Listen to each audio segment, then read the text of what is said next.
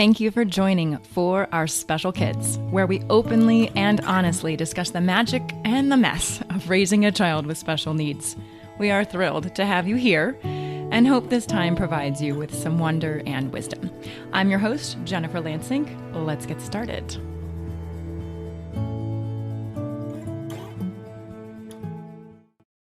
Rebecca Bailey-Torres is a speech-language pathologist, certified orofacial myologist, and the founder of Nevada Educational and Therapy Solutions.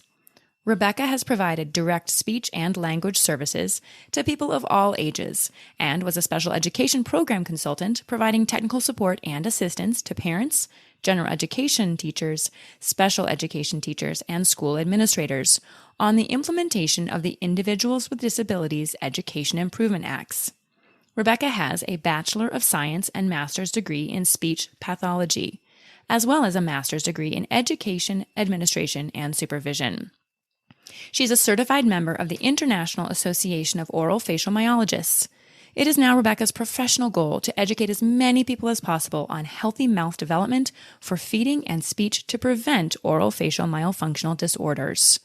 It is Rebecca's opinion that traditional speech therapy treats a symptom, whereas orofacial myofunctional therapy treats the underlying problem. Rebecca, we are so excited to have you join us today. Thank you so much for giving us your time. Of course, thank you. Let's start with the definition of orofacial myofunctional therapy, or as you say, OMT.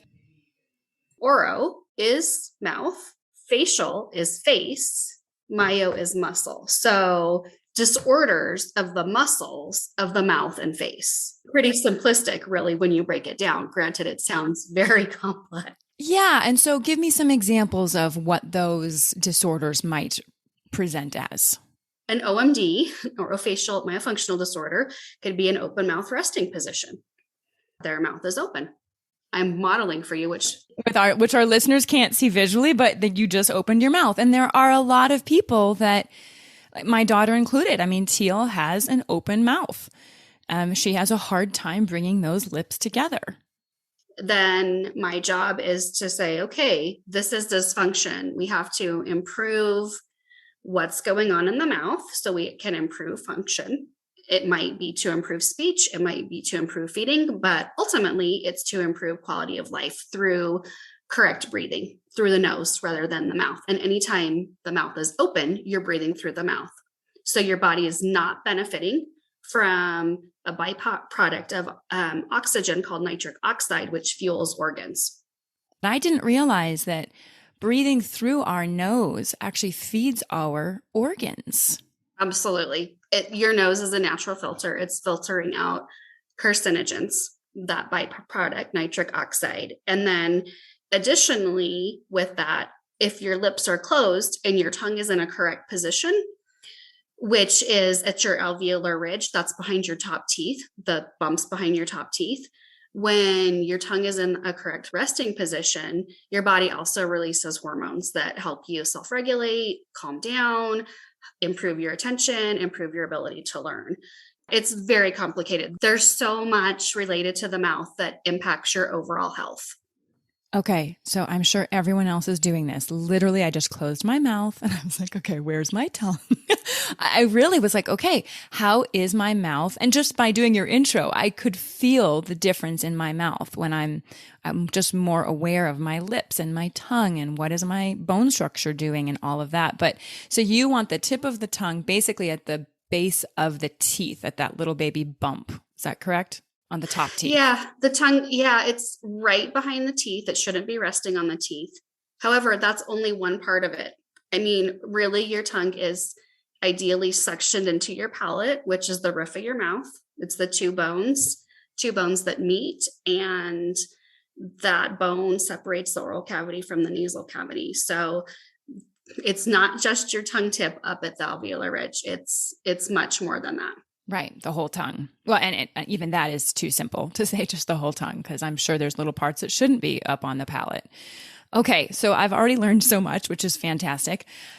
Give me just real quick some examples of if the tongue isn't where it should be. What are some of the things that parents could possibly be noticing in their children that might be indication of, we should maybe look at some of this stuff?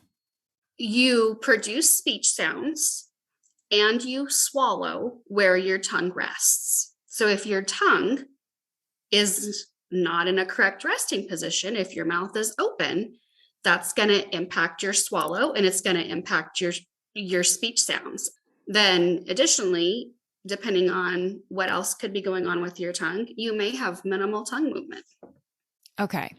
So you just mentioned speech. How is what you do different than a typical speech therapist? Ideally, every speech pathologist would be an orofacial myologist, but that's not where we are in the world. You're the only one that has both certifications in even Northern Nevada, like all of Northern Nevada, you're the only one. Yeah. So it isn't common that someone has this expertise. It's not. And I have other speech pathologists even who refer to me. Really, in a sense, traditional speech therapy is kind of a Band-Aid. You're really potentially teaching compensatory strategies to make those sounds that might actually not be the true correct functional way for the muscles to move. And so what I do is I'm teaching the correct functional way for them to move and getting the same result, which ultimately is also impacting likely health because I'm working on the whole oral resting posture. What I heard you saying potentially is a traditional speech therapist may get the sounds out from an individual, but they might not be getting the correct facial and muscular development. So is there a negative to that? I know it obviously is, or you wouldn't be doing what you're doing, but is there a negative to having those sounds come out without the muscles doing it the right way? Yes. Years and years in speech therapy, lots of frustration because we're not seeing a lot of progress. Those are the two biggest things. That makes a ton of sense because you're getting the sounds out, but maybe it's not sticking, or you're not getting the neuroplasticity and the neurons connecting to make I'm learning this and this is how my muscles should be doing it. That makes perfect sense. Green light to anyone that is listening that has been taking their 8-year-old or 9-year-old to speech therapy for years and years and not getting the results that you really want. Maybe it's time to look at an orofacial myofunctional therapist. Very cool. Okay, let's look at the signs and cues. So you've already said, okay, speech delays or patterns that aren't maybe typical, an open mouth, tongue movement that isn't exactly correct. What about like feeding? If someone is having trouble feeding, I would imagine, like Teal, she could come and see you, and that's all part of those muscular development. Absolutely. Feeding is huge. And from birth, there are going to be indications. As you know, I go over a thorough history. So I can tell, sometimes I can even tell based on, well, not a lot what happened in pregnancy, but certainly the gestational age is going to be an absolute red flag because any infants born before 38 weeks, but even between 38 and 40 weeks, which is what we consider normal, may not have structures in the mouth that are necessary to latch for a successful latch on the breast. Right. And so those structures develop between 38 and 40 weeks. They're called fat pads. They have nothing to do with how chubby a baby's cheeks are. They're just structures that help reduce the size of the oral cavity so that baby's tongue it isn't having to do a whole lot. It's just a nice confined space so that we can latch on the breast and do what mouths were meant to do. But when you don't have those fat pads, that is one contributing factor to problems with latching. That is why you were so shocked that my little 32-weeker latched on. Yes. Yes. Because Teal, as most of you know, was premature and 2 pounds, 1 ounce. And yeah, she didn't have trouble latching. Amazing. Okay. Phenomenal. Well, I'm very lucky. Absolutely. You did also mention in our pre-discussion and full disclosure, you just started working with Teal. So everybody could probably figure that out already, but you've just started working with her. And you mentioned that the milk production can also be influenced by the tongue and perhaps a tongue tie and the oral structure. Would you talk about that a little bit? Because I know women just struggle so much with, I can't produce enough milk for my baby. Yeah. What's wrong with me? And I am not an IBCLC. I'm not a lactation consultant. I'm not the end all be all here. So I'm speaking from the speech language pathology and orofacial myology standpoint. So yeah, if a child cannot latch, they're not pulling the milk down. A lot of times mothers are told, oh, you're not producing enough milk. Well, if a mom has told me that, oh, I didn't produce enough, the baby was hungry. Well, I am immediately like, I want to see what's going on in that mouth, because likely there's a tie, and there's different types of tongue ties. And unfortunately, most medical professionals, even, yes, dentists who are in the mouth, ENTs who you would think, ear, nose, throat doctors, would think that they know, but we lack understanding on what is called a posterior tongue tie. Most people would be able to identify an anterior tie, which involves it's all the way out to the tip of the tongue. Here I am showing you and showing your people, but they can't see me. But you're using your words. It's okay. A posterior tie, it's further back in the tongue. It's not obvious to necessarily the naked eye. And so you have to do a functional assessment to look at what's range of motion. In an infant, are we latching? In an older child, are we chewing successfully? Do we have a tongue thrust swallow versus a correct swallow? What would be the posterior tongue tie that's hard to identify? Like, tell me about that. How would you actually do it? Well, I do it through a functional assessment. I look at range of motion. I look at the maximum opening of a mouth compared to the maximum opening with the tongue up to that alveolar ridge we talked about earlier. I look at, can we lateralize? Does the tongue move without the jaw? Because if the tongue and the jaw are moving together because of they're tied together, it's going to be very difficult to chew and to produce speech sounds. And every anterior tie has a posterior component. So a mom might tell me, oh, well, my baby had a tie and it was released. And so then I might look at function and I might be like, well, I'm pretty sure there was probably reattachment, or it wasn't a complete release. It didn't potentially get the posterior component of that release. And you don't want to just go to anybody, because if they don't have that knowledge of posterior ties, we are potentially setting the patient up for having to have multiple releases if the posterior portion of the tie isn't released and they continue to have problems. A release would require a minimal surgery and then a lot of exercises, from what I've heard. Before and after.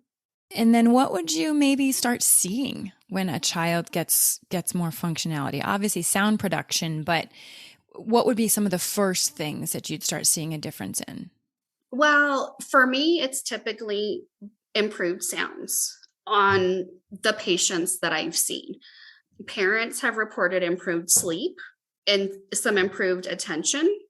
Now, why would that be? If you have a tongue tie, whether anterior or posterior, likely your tongue can't get up into the palate where it needs to be to benefit from the nitric oxide and benefit from the hormones your body releases when your tongue is at that alveolar ridge. If we've done pre-frenectomy, a frenectomy is the tongue tie release. If we've done exercises before, which are always warranted, nobody should ever get any kind of frenectomy release without exercises. But if we've gone in and done the exercises, we've started teaching those correct neuromuscular movements. And then afterward, it's easier because there is pain involved in this process. But after, it is easier to keep up with those exercises to maintain what we've taught the muscles, but to even improve further. So increase even more range of motion. We've been working on getting that tongue maybe into the palate. Well, now we don't have that tie, so it's going to be easier. So likely, maybe now our mouth is closed. Maybe we're sleeping better, which is going to impact your ability to attend and to learn. That's brilliant. You're talking about doing the exercises pre-surgery and post-surgery. And I mean, what surgery don't you do that for outside of emergency surgeries? Even if it's going, for a knee replacement, you better be doing your exercises before and after. Okay. So that makes sense. Something that I really love on your website, I'm going to kind of transition a little bit, and you're going to have to correct me on how Dr. O. Ivarlovas, is that how he says it? Yeah. Okay. His quote says, "If they can't learn the way we teach the way they learn." Exactly. I think that's amazing. Will you tell me how you implement that in your practice? Well, it's really truly not just I guess it is in my practice, but it's pretty much my philosophy for any child. And you mentioned that people have said to you, really, this isn't just about a podcast about special needs. This really, truly is what should be done for every child. So, for example, in schools, children are frequently given worksheets. Okay, well, worksheets goes to one type of learning style. And most children don't learn through that type of learning style. So ultimately, it's about using every potential learning style so that we can figure out what is going to be best for that patient, what their learning style is, and being able to support them and provide the prompts that maybe they need at that level so that they can be successful to the best of their ability. As you can probably tell, I'm not a proponent of worksheets. Let's, get out. Let's do some functional movement. Let's not just sit here and make speech sounds unless we're at a point where we just need the practice to improve. Well, and that's an interesting way of looking at it. I completely agree with your strategy. I mean, that is how I think all learning should be done. Yeah. But when I think about like Teal or any child with hypertone, she understands everything that you want her to do. It's getting her brain to tell her lips and tongue and muscles to move the way they should, and bones, etc. And so you can't just say to Teal, put your tongue on the top of your mouth. She can't. Right. And so you then figure out different ways to do that. And your energy is so great with these kids. It's playful and joyful and fun and sing-songy and all of that. So when you're working with someone that does understand it but can't do it, one, I would imagine there's some frustration. Sure. How do you work with that? So let's say you were trying to get Teal to put her tongue on the roof of her mouth. Like, what exercises would you do with her, or any child for that matter? I have little brushes that are called toothettes. They're not brushes, not really the correct thing. It's basically looks like a lollipop stick, and it has a sponge on it. So I'll tickle their tongue, I'll tickle their palate, and then let's match the tickle. Interesting. Little things like that, depending on the child, potentially, okay, let's say a substance that they like, maybe it's peanut butter because they don't have allergies. Maybe we put peanut butter in their palate to get them to maybe, can you get the peanut butter off the roof of your mouth? And so really it's much more kinesthetic, it's tactile, it's sensory. Of course, yes, they're getting the auditory because I'm always talking to these kids because I'm a speech language pathologist. It's what I do. I talk. It's really ultimately using any modality I possibly can to hopefully facilitate the movement that I want them to achieve. Teal didn't get to see them, but she will in therapy. I have some fabulous puppets that are rewarding and visual, and I use their tongues to model what I want my little friends to do. So kids typically love that. A lot of times they like to manipulate the puppets themselves, use their own hands to make the puppets' mouth or tongues do what we want them to do. Really, anything that's fun. I mean, I'm all about making it as fun as possible. Obviously, you do make it fun because the testimonials on your website are just glowing, and we'll give everyone the information on how to reach you a little bit later. But there are a couple of kids that just really jump out at you. Like, people love stories, and some of us parents are at a point of just like, what else can I do? I don't even know what else to do. Is there any hope out there? So do you have any experiences or stories like that where you just remembered, oh, this one was fantastic? Some of my friends whose parents may have written testimonials, several of those were kiddos that either had been in early intervention or had graduated out of early intervention, and we still had, minimal sounds, minimal words. And, early intervention is a different model than direct therapy. In therapy, it's just different because early intervention, I'm coaching parents what to do. But, you take somebody with a huge amount of experience and put them in front of a child. That's a lot different than being a parent trying to implement what I'm saying. And you just don't necessarily have the skill or the experience. And you also have an emotional attachment and connection that changes behavior. So it's such a good point, because as a parent, I mean, all I want for her is to say, "Hi, Mom, I love you," or be able to express herself, right? Just to be able, really, "I love you," and Mom, that's irrelevant, because truthfully, I said that and I'm like, no, because I already know that she loves me and I know that she's saying words that are indicative of who I am. I want her to be able to express herself. And not that speech is the end all be all, right? There's a lot of different ways to express yourself. But in this world that we live in, speech is a very high priority that you're going to need to use it. So it's the most common form of communication, and it's what people associate with an individual communicating. But truly, yes, there are so many other modalities. And so that actually truly gets more into like the actual language or communication aspect of a speech language pathologist, because you hear that speech and you think all we do is work on speech, but we're working on communication in general. We're working on language ability and having any means of functional communication. We're working on oral health. If you're working with me, we're really working on so much more than just speech. But getting back to those kids, I mean, one little girl, she came in, she had maybe 20 words, crazy temper tantrums, and Mom was mortified. And I'm like, you know what? Just let her scream. I'm like, it doesn't faze me. I'm like, you go out of the room or go out of the office if it's tearing your heart out. She's learned it's easier to get what she wants by this, and it's my job to teach her it's not going to happen. So we went from constant tantrums. I mean, I think Mom probably was mortified to have to come to my office because she knew I was just going to sit there and let her child tantrum for 45 minutes. But do you know what? It didn't take too long before the child realized this is not getting me anywhere. And so I'm going to actually do what Rebecca wants me to do. And this kiddo is, I think she's in second grade now. She speaks in sentences. And so she was pretty much unintelligible, even with the 20 words she had when I started with her. And so she made huge progress.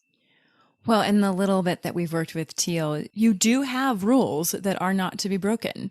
And if you say something, you mean it. And I think that's for any parent or any person, that's a really good thing to realize. And I watched that real quickly. I was like, oh, I need to implement that. It wasn't even it was just a good parenting thing. I try to be pretty stable with her on if I say something, I mean it.